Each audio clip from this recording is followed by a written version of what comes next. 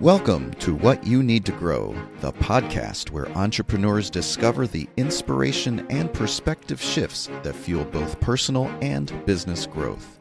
Each week, certified professional coach Jennie Bellinger brings you powerful conversations with thought leaders, subject matter experts, and innovative company leaders who share their stories of growth and the tools that made it possible.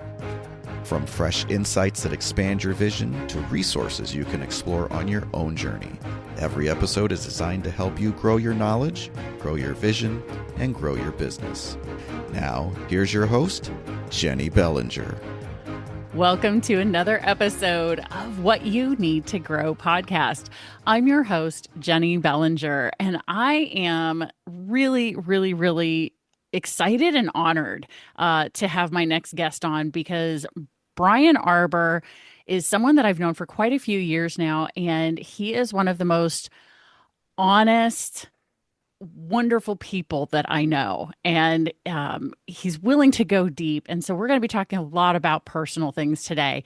And so let me tell you a little bit more about Brian before I welcome him in. So Brian is an honest in his bones podcaster who built Traces of Trauma, a courageous space where the echoes of trauma are honored and healing is reclaimed. Brian invites us into the quiet strength that it takes to show up, share our stories, and move forward, not in spite of the past, but because of the lessons that it taught us. With genuine vulnerability, unwavering curiosity, and a voice that speaks truth to what hides beneath, Brian's here to help us grow beyond what has happened and step into what's next. So, welcome to the show, Brian. Thanks so much, Jennie. It's so good to be here. I am so glad you're here because you've got quite an interesting past that has led you to where you are now. And I know this because you and I have known each other for a few years. So give us the in a nutshell-ish, the podcast in a nutshell-ish version of how you got to where you are today with the Traces of Trauma podcast. Well, there are a couple of ways we could look at that. There's the timeline view, and then there's I started the podcast and then whoosh, everything showed up. Um, there's a, there's a, we all have trauma in the past of some shape or another. Yeah. The things that I would label as my like big ticket contributors are some generational abuse throughout my like maternal bloodline. They're just at least four generations that I know of from talking to my family of really horrific abuse Mm. and the ways that that filtered down into the experience I had in my childhood. There's the military. So I'm a combat veteran. Mhm. And that kind, gentle, compassionate, um, safe harbor space of a person that you described Yeah. carried a gun in the desert and did the things that I felt like I had to do to escape poverty and a small town and get an education and to get myself out into the world. None of that went the way I planned it to, Mm. and there's impact. I in dealing with my recovery, having like all my joy and light and belief in myself and like my view of humanity snuffed out. Um, I I worked really hard to become someone that was like worthy of getting out of bed in the morning. And then I worked Mm. hard to become someone that I respected for getting out of bed in the morning. And then I worked to become someone that I wanted to be each day. And those little building blocks continued. They still continue. And I found myself in a series of career moves with either like highly controlling environments, like think like large group awareness, cultish, if not outright culty, and some like just psychological instability in terms Mm, of my leadership. Things that had me surrender parts of my identity to align myself with the job, or things that I had to fight tooth and nail just to prove that I deserved to remain employed doing the thing that I was highly qualified to do. yeah. Um, and just that's like 35 years in a nutshell. Yeah, there you go. I mean, and there's so much there that I think probably, obviously on a more broken down level, people could really relate to. For example, the military service, which by the way, thank you for your Mm, service. As a military brat myself, I always honor somebody choosing to sign up for that.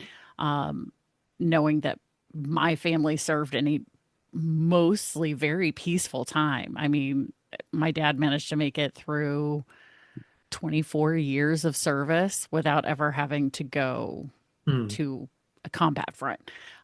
So very peaceful time. And then, the world went freaking insane. yeah, I don't know what happened there, but so I know that there's a lot there that people can probably connect with, sure. which is what this came down to. So, what gave you the inspiration to start the podcast, and why call it Traces of Trauma? Um, well, my first 20-ish years back from war, I spent in a very personal growth, self-help, transformation paradigm. So I coped, I reframed, I learned to like reinterpret my feelings and my history, and to milk empowerment out of what I've been given. Right. Um, and as I crossed over the threshold of 40, um, my my body started changing, my mood started changing, my ability to just generate energy and like the persona Hmm. that I had to put in front of the roiling mess on my insides, that capacity started diminishing. Like it's harder and harder to present the way that I have been accustomed to. And I started to discover that underneath the presenting, not much had actually healed. Hmm. I just learned to present, to like put my best foot forward and forget the other foot. Like, and Yeah. everyone saw the inspirational, like empowering, like unstoppable force for good, Brian. And very few people saw, or even fewer understood, the the maelstrom on the inside that had me um working so hard to present myself that way, to try and be that person. And it was lonely. Mm. Even surrounded by people engaged in the same kind of transformational self-development work, it was lonely because something was different inside. Like the beast didn't ever stop gnawing Yeah. on my insides. And I I hit a wall where I was done. I was done trying. By that time I had attempted, and I'll say failed, numerous entrepreneurial initiatives. I hung in there a really long time, a number of times with a number of different things, and I I couldn't get past whatever I couldn't get past to Right. start thriving in those commitments and those businesses. And I was just done, tired. I'm done. I'm done. Yeah. And it was at that point that I was like, I'm ready to talk to a certified professional. And um, not having the budget in place to really lean into uh, therapy and whatever kind of medication and who knows like what all is down that tunnel that I had refused myself for so long. I Yeah. went to the VA No. and said, "Hey, I am exhausted. I'm tired of doing this on my own." Um, there was a development in the legislation called the PACT Act, and anyone who served in particular parts of the world during a particular time frame is like automatically guaranteed um, eligible for VA benefits. That wasn't the case for a long time. So Okay. I bumped into a recruiter, like a membership recruiter at a social event at the local VFW, and he's like, you're qualifying now. I was like, really? Because a year and a half ago they told me I wasn't broken enough and I wasn't poor enough Mm-hmm. to get help from the VA. And he's like, yeah, that sucks. I'm really sorry that happened and it's fixed. Like you served in that part of the world. We acknowledge that you were exposed to a whole list of triggers, Yeah. a whole list of contaminants. So, like, the VA is going to take responsibility. And, like, all we need to do is literally sign you up and then talk to a scheduler. And it took, I don't know, 3 or 4 months to get an initial appointment, but the wheels started turning. And it was my first time talking to a licensed therapist, like Mm-hmm. a full on, like, certified mental health professional, not a counselor or a like social worker or a whatever. Right. Um, and a lot opened up. A lot of missing pieces started to click into place. And it reactivated a lot of the things that I thought I was done with Mm-hmm. going through that process. And all of the all of the things that had me failing as an entrepreneur got really clear. They didn't all get resolved, but they got really clear. Yeah. I still grapple with some of that stuff. I just today I'm having a very low identity, like self-worth challenged kind of day. And my business feels that. Yeah. Like there's an impact. And that's one of those things that I call a trace of my trauma. Like it leaves these like markings on my life. And it's like if trauma had drawn a big black line and then gone and tried to erase it, there's still traces of Right. the grip that what I've been through has on me. And mostly I had trained myself to look through them, to look beyond them, to disregard them, and to show up so awesome that nobody else noticed them either. Mm. And there, while that was really useful to a large extent, it also got in the way of the work of healing. Yeah.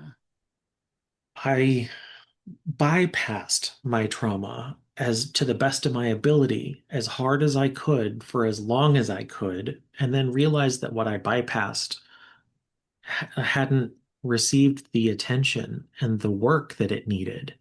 Right. Um, and it was around that time that uh, I started doing some work for Badass Direct Sales Mastery. Yeah.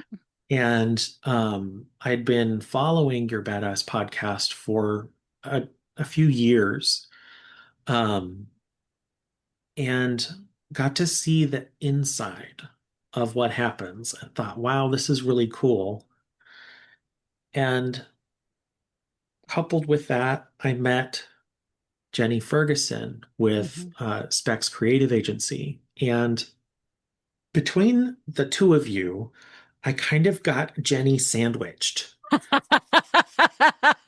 That sounds about right. Okay.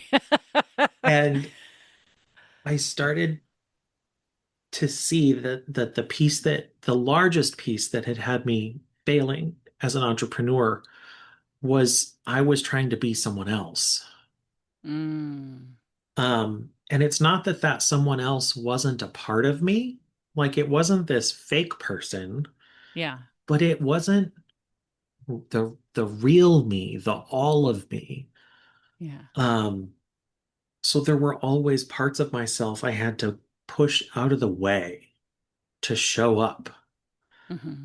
Um, and as I hit the end of my first therapy cycle with the VA and realized that I'm not going to start at the beginning of this workbook and go through it again by myself. I know me.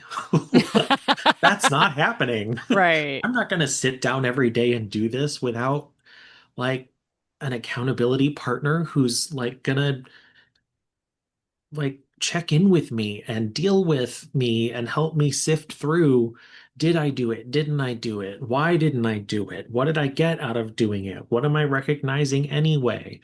Um, it was the conversations that really locked in my learning, that really Hmm. locked in my growth. It wasn't the like the home practice. Yeah. The home practice was the hard part with me alone in my mind.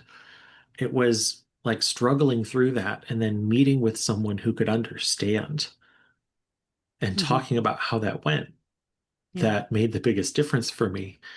And as I was sharing with friends and family about like the end of the 6 month therapy cycle and what was next for me and just the how hard it is to figure out how to talk about trauma Hmm. without making it a pity party for poor Brian the victim, because that's not what I'm interested in and that's not what I need. Right. Without bringing down the other person that I'm talking to. Like I don't want to have these conversations with my fiance every day. I feel like garbage. Right. Like it's not his job to make me feel better as a human being. It's his job to be happy Hmm. and to be with someone that he loves and that like adds value to his life. Yeah. And it's my job to deal with my happiness and Hmm. to like value myself as a human being and to show up in a relationship with someone that I admire and cherish. And it's not our job to fix each other. So Hmm.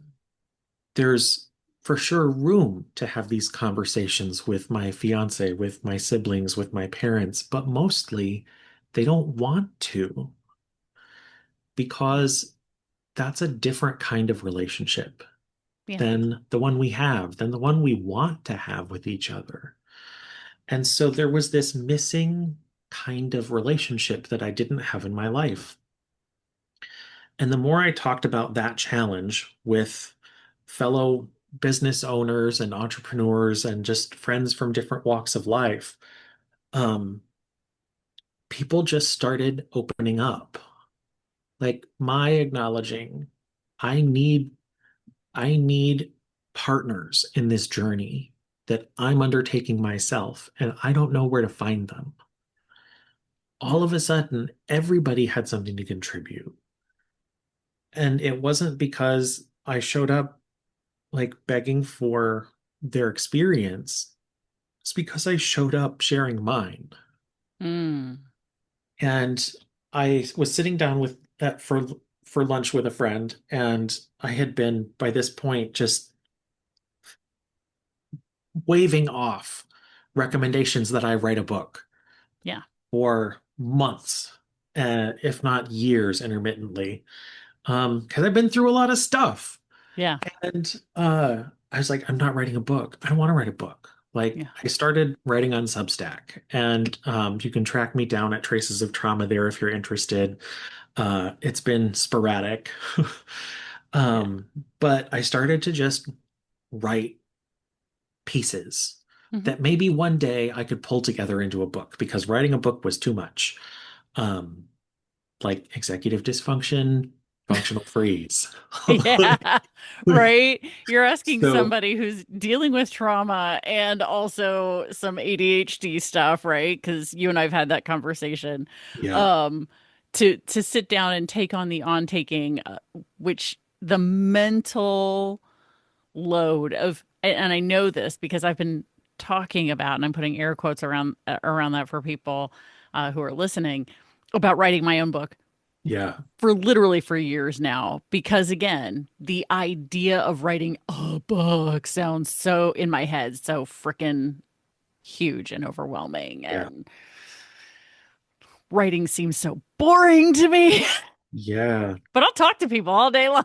For sure. And then then there's the editing and the publishing and the Yeah, logistics and the distribution and the contracts and the font choices and the find yeah, like cover art and the blah. yeah, Yeah. And then like restructuring and ugh. yeah, And then dealing with people's opinions and comments and like the reviews and the yeah. gross. Uh-huh. So no book.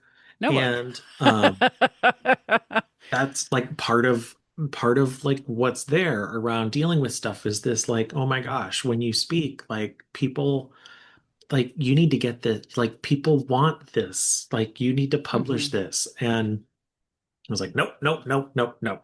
And I was sitting down with my good friend Kyle McNabb and uh sharing about just the whole mess of it all. Hmm. And he again said, there's so much value in that, and then launched into his story, like his childhood and his family and like his personal challenges that he's dealing with today and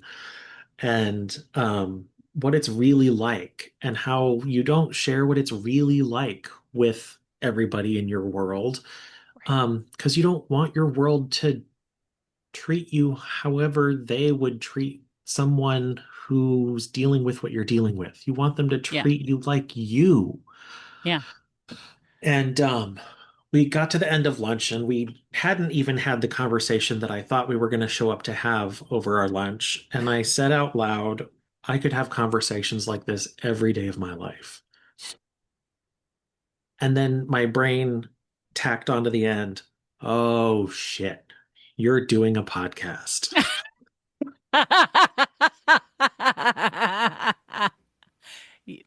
That tracks. And that was literally how it started. Okay. And between my relationship with you and Badass Direct Sales Mastery and that exposure and doing um, I'm going to butcher the name. Tell me the name so I don't butcher it. Oh, yeah, no, the your monetized podcast course. Yes, I did the Your Monetized podcast course. And uh, literally by the end of week one, instead of waiting until the end, I had my first episode out and I was just like dragging the train along behind me and like going Yeah. back and fixing things as I learned throughout that course.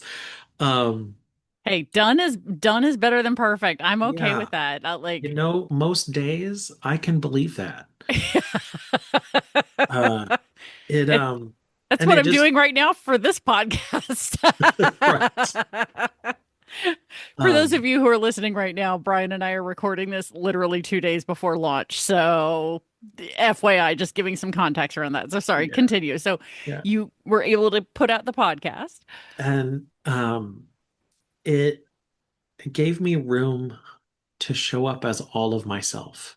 Mm, Uh, and I slowly started to see the opportunity for a business that I didn't have to be anything other than my whole self yeah. to run. Yeah. And part of trauma is like a little instability, a little bit of like not showing up consistently. And when I start to really freak out about the fact that I haven't released an episode in a month, I'm sorry, listeners. Uh, they're sitting on my editing table. I've got one literally ready to go, and I can't seem to put the show notes in the program and click submit. I don't know what's wrong with me. Probably some trauma somewhere. Uh, So, okay, and I'm going to share this with you because one of the things that I've learned is every once in a while, something will show up in my life. And I'm like, why is this showing up for me right now? Like, I don't know. And then I find out in moments like this, because it wasn't meant for me, I was meant to be the channel to share this with someone else. And what I'm going to share with you is I was watching an interview between Simon Sinek and Mel Robbins. hmm, Okay. And she was on his show and she asked him, what is the most important word in Nike's tagline of just do it? So Simon took a guess. What do you think it is? I mean, what's The tagline is just do it, right? That's Nike's known for it. What's the most important word of those three? it's probably due. No, according to Mel, it's just. Huh. The reason being, if you say do it, it's too aggressive, too forceful, and most people are, mm, I don't want to. I don't feel like it. You can't make me. yes, exactly. I was gonna go down the BDSM route of a little bit bratty. Everybody has a little bit of that rebelliousness in them, Yeah. especially entrepreneurs and especially athletes. The people in entrepreneurship will be like, oh yeah, you tell me to do it, fine, I won't, right? But when you add just, it softens it, and people go, Hmm. oh, okay, yeah, just do it, okay. So what I also saw was another thing from an ADHD, and this one I do believe was also for me, but I'm also going to share it with you and everybody else who's Sure. listening right now. Because, hello, if you're here to hear it, the universe wanted you to hear it, or you are meant to share it with someone else. Which is there are some affirmations for ADHD people that can help them to get over the roadblock of something that they're not getting done, right? And so it's like, okay, I'm only going to work on this for 3 minutes, right? I'm just going to Okay. work on it for 3 minutes. And then you set a timer and you start doing the thing. And then what you find happens, and I know this because I've been doing it for a few days now, well, except for the days when I was sick. But previous to that, when I saw it, I was like, oh, okay, I can do that. I can set a timer for 3 minutes and then go do something. And then, so I've been doing it like for my laundry and for keeping my room clean, which, yes, I'm a grown ass woman who needs to set a timer to keep her room semi organized because no one else sees it except for me and Marcel. Whatever. Um, but that just do it for 3 minutes. Sure. And I'm sure you'll find, especially if you've already written the show notes, it's not going to take you 3 minutes to do. I literally have to upload a file, Mhm. copy and paste my show notes, type in some hashtags, and hit publish. Okay, there you go. So your accountability is set a timer for 3 minutes and just only work on it for 3 minutes. Yeah. You don't have to, because one of the things I learned, I forget where I heard it. Was it maybe Virginia? I might have heard it from Virginia. Was sometimes those of us who are in this ADHD thing, part of the reason we don't start doing something is because we know the our kryptonite is also our superpower, right? So our kryptonite is focus, which means our superpower is hyper focus, which when you dial it up too far, guess what? Becomes our kryptonite again, Yes. right? So many times we know that if we set a timer to, or say we're going to go do something, and then we look at the clock 4 hours later when either our bladder, stomach, or another human being is like, hey, there's something we need to go do. And we're like, oh, I was only going to work on that for a few minutes. And here we are 4 hours later, right? Because Yep. we got into hyper focus mode. That's where the setting of the timer is really helpful because then it forces us out of our hyper focus, Well, the within a reasonable anticipation amount of of the time. hyper focus is no longer the barrier to starting, Exactly. right? Right. So what's going to happen at the end of 3 minutes? I'm going to be so into it that I'm going to keep going. I know this about myself, Hmm. and I probably am not going to regret keeping going. Right. But the real barrier is like the decision to start. Yeah. Yeah. And again, I totally get that because, for me, it's thinking about, so I'm going to go back to using the laundry example, right? So I'm lucky enough that I have a partner who does a lot of the laundry, but the one thing he doesn't do is put mine away for me. Oh, the And same. Do you have a mountain of laundry? I right now it's a hill. It's not a mountain, it's a hill. Uh, Okay. So it's clean. It's at the end of my bed and it's clean, it's dry. It's just waiting to either be folded and put in the drawer or it needs to be hung up. Most of the stuff that's at the end of my bed needs to be hung up.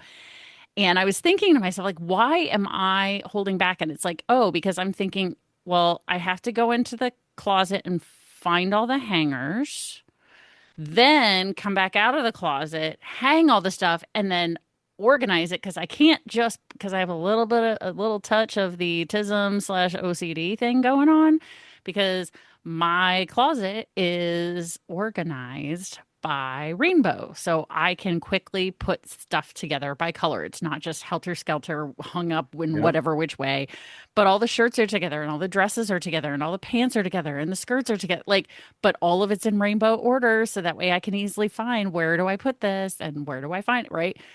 So now I'm going to have to go through, organize it, and then go hang it up. So putting your clothes away is not a one step thing like I think most people think it is. It's get the hanger, hang it up, organize, then hang it up. So four steps minimum. And Yeah. I may be missing one in there, but it's four steps, not one. Yeah. So again, the going back to well, just go get the hangers. Okay, fine. I will just go get the hangers. But then you bring them out to the bed and you're like, oh, well, I'll go ahead and hang it. And you know what? The thing that I thought was going to take 30 freaking minutes takes 5 Yeah. every freaking time. Every time. Every time. So it's that multi step thing, but we sometimes get in like you were saying, we get in our own way of making that decision. And that's where it's sometimes helpful to have someone that you can be like, hey, I need you to tell me. And I do this every once in a while. Every once in a while, I will go to Marcel and I'll be like, hey, I need you to tell me to do something. And he'll be like, okay. And I'll be like, tell me to go put my clothes away. And he'll be like, go put your clothes away. I'm like, okay. And I go do it. You know, I I've just, only used that for reward. There are times when I like just really need a pat on the back. mhm, I'm like, okay, you see that thing I did? yeah. That deserves a good boy. And Well, so I'll have somebody like I'm man's best friend. yeah. Good boy. Okay, thank you. Well, feel I'll free have to to use text that me. for Yeah. like, uh-huh, Get the thing done. But make. yeah, go do the thing, right? Like go put your show notes in, right? Yeah. But what I was gonna say is feel free, like you and I are friends, like and hopefully the people who are listening, which I'm feeling like they're having their own aha moments right now because I've energetically connected to my audience and they're like, oh, I need to have someone tell me what to do. Just Jenny, go do your laundry. Okay, I'll go put it away, right? Yeah. But find somebody who's willing to. So in this case, I'm offering myself because you and I are friends and business partners and all this fun stuff. Send me a text when you're like, Jenny, I need you to tell me to do something. Or Jenny, I need an attaboy. Okay, cool. What am I attaboying you for? What am I giving you a long distance high five for? Like, what's happening? Yeah. Feel free. I'm here. Yeah. I'm here for it. Um, Now, I'm not making that offer to all y'all listeners, but hey, if we become friends, I might make the offer for you. I don't know, but Yeah. Brian gets it. But I hope what people get out of that if they are sitting in that same spot, because I mean, I have my own trauma, you have your own trauma, we all have our own stuff. And in addition to the other, mental, neurological things, because every one of us is a little neurospicy or diverse in some way that can get in the way of us getting things done, Yeah. right? Well, and this is one of those places where this is what it looks like Mm-hmm. to effectively interact with the traces of trauma. Yeah.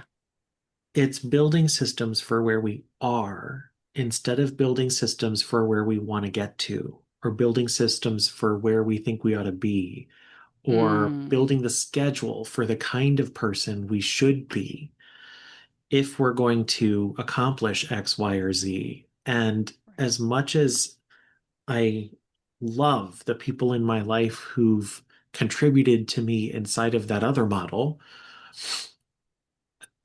the thing that's actually working for me right now, the thing that has me, I'm not afraid of my business. I'm not worried about screwing it up.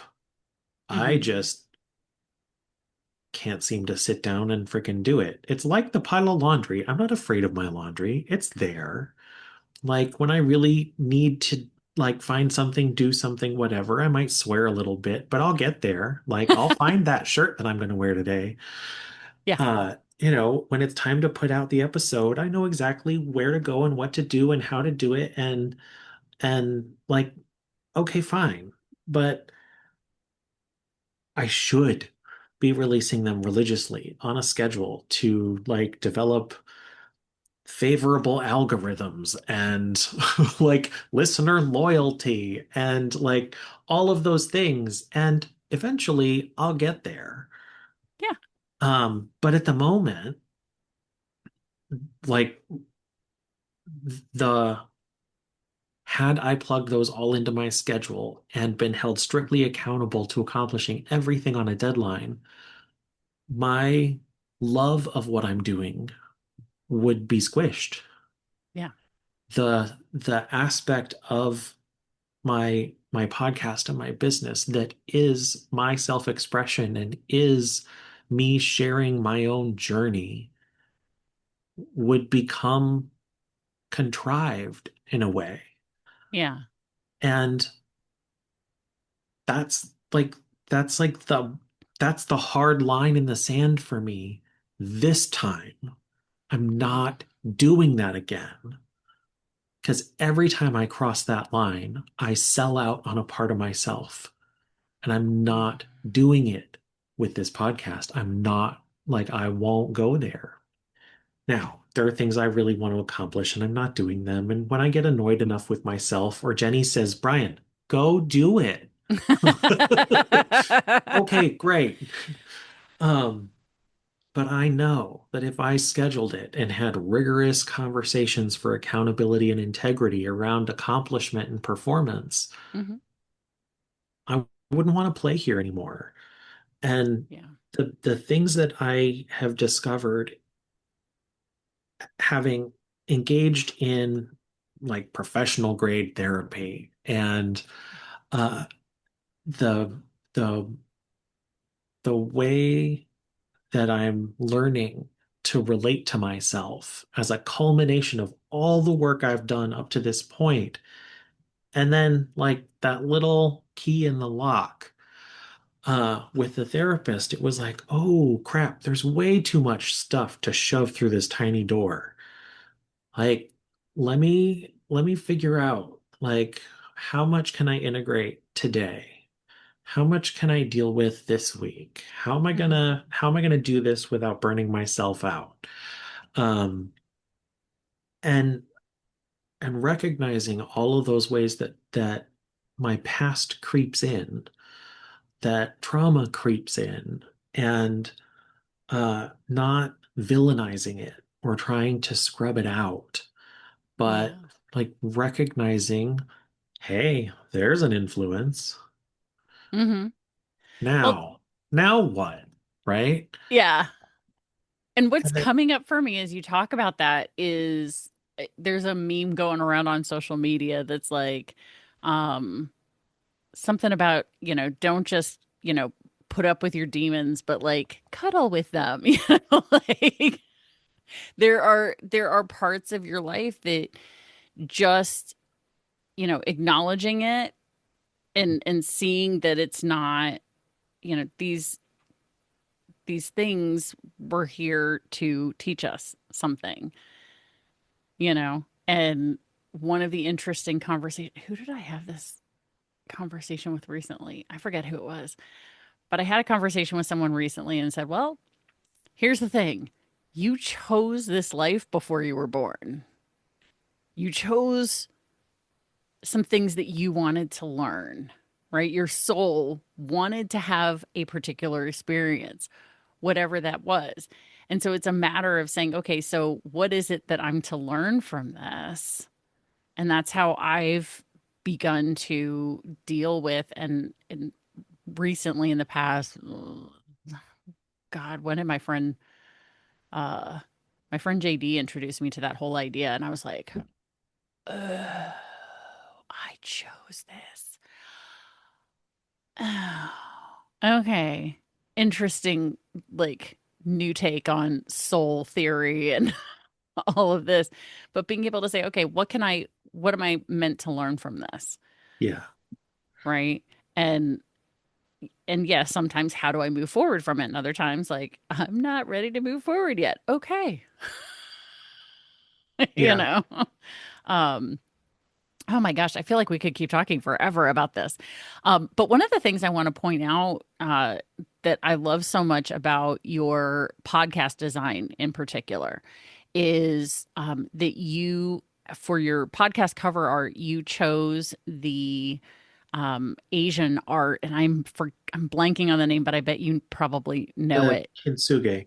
Yeah, explain what that is. Why this cover art? And I know what it represents, but I want other people to know because Yeah, it is so beautiful. yeah. I mean, I love purple. So the background is a like a brush stroke, like cracked purple canvas kind of feel. Um, and the kintsugi is the art of mending, where they would like a broken pot or a teacup or something, where you apply gold to the crack and then reassemble the pieces. And the finished product winds up being stronger than it was before the break. And I mean, I started catching on really, I don't know, I started seeing it probably 10 years ago or so online. It was like this cool thing. And when I thought about uh, the like how it feels, all like recognizing all these like lingering traces of the past, like reaching into my present and influencing my future, and just the interconnectedness and complexity of all of it, um, and the real feeling of having fallen to pieces before, and having gone through a moment later in life where I almost fell to pieces a second time Mm, and chose not to. Like, mm, hmm, I fell to pieces. I broke in the war. hmm. This is not that. Yeah. And I don't have to break that way ever again. And something in me changed in that moment. Mm, And I have committed myself to stepping forward and just honoring the parts of myself that make up the whole and figuring out how to put them together in a way that makes me stronger. And so the the kintsugi theme Hmm. um, was really natural and appropriate. And I can't remember.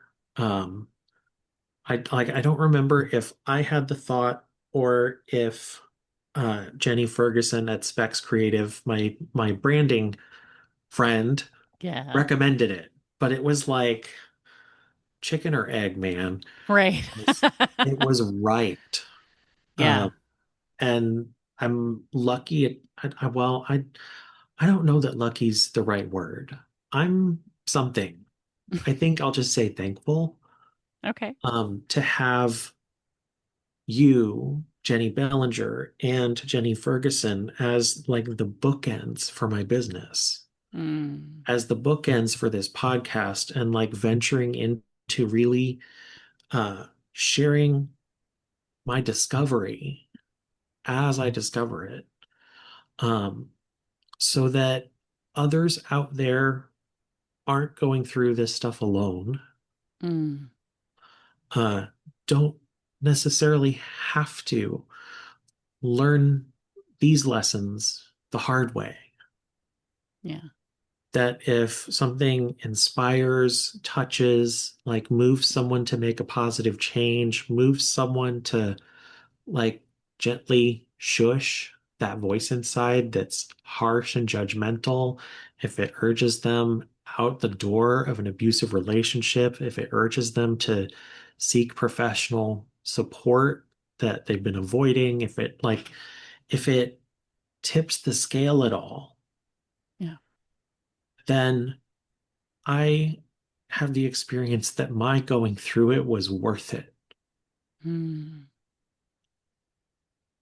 And I get to like live my life in service of something that I'm gonna have to go through anyway. But I've Yeah. chosen to not just do the work, but to make it my work.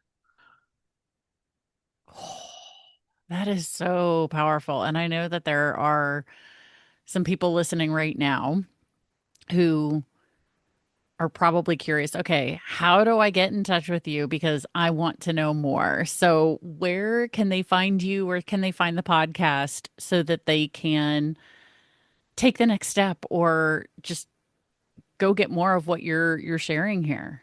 Yeah, you'll find me on all the major podcasting platforms. I'm on Apple, Spotify, iHeartRadio, there are like 14 or 15 of them that I'm not familiar with because I am just beginning my journey as a podcast nerd.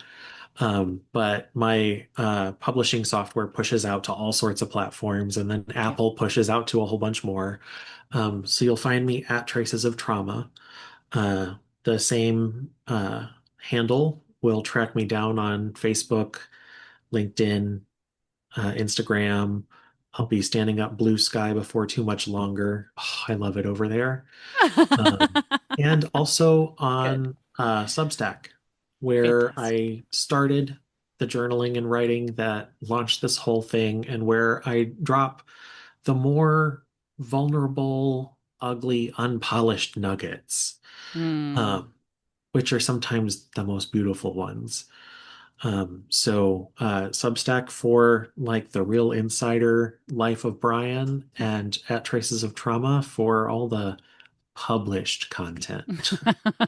Love to hear that. And of course, to the What You Need to Grow community, we do have all of those links in the show notes, or if you're watching on YouTube, down in the video description, we also have all of those links where you can access the podcast and getting a hold of Brian if you're wanting to connect with him after what he shared today, because maybe you have a story that you want to share on his show. So please go check it out because I had the honor of being one of the people who got to interview him on his first episode, and being able to share his full story was really, really, like I said, it was an honor for me to be able to be a part of that and sharing that out in the world, because there are people who this is going to help.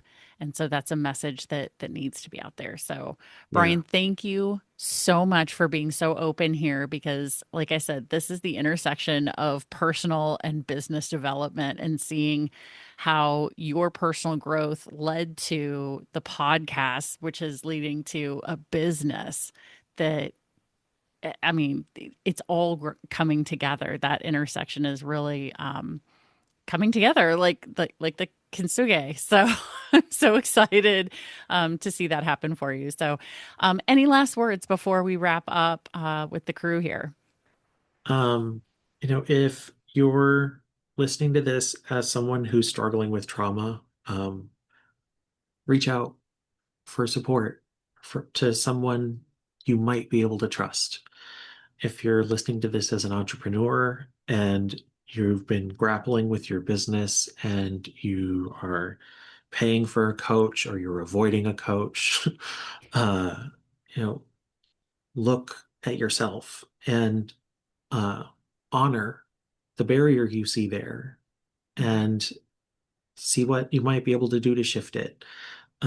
If you are one of those magical people who works in uh, therapy or healing from any modality, I encourage you to, one, find the podcasts that are focused around mental health and recovery, because we need your voice. But look for the entrepreneurs in your circle Mm. and maybe ask yourself how you might be able to support them, because it seems like a mismatch, but it really isn't. Our success is only as powerful as our self-image, like the Mm. real one, not the one we put out there. So, if you're a massage therapist, a sound healer, a Reiki master, your entrepreneurs need you. Hmm. Ooh, let me tell you, I just felt full body reaction, which means a whole lot of listeners right now just had an aha moment on that. That was beautiful. Thank you so much, Brian. I so appreciate you. And of course, what you need to grow community. So glad you're here. Thank you for being here. And of course, make sure, if you haven't already done so, sign up at whatyounneedtogrow.com so that you can get the emails every time a new episode comes out. And stay tuned, because you never know what you need to grow. Thank you for listening to What You Need to Grow. Be sure to follow the show on your favorite podcast platform or subscribe to the YouTube channel so you don't miss a single episode. Want updates straight to your inbox? Sign up at whatyounneedtogrow.com and you'll get notified each time a new episode goes live. Here's to your growth. This has been What You Need to Grow with Jennie Bellinger.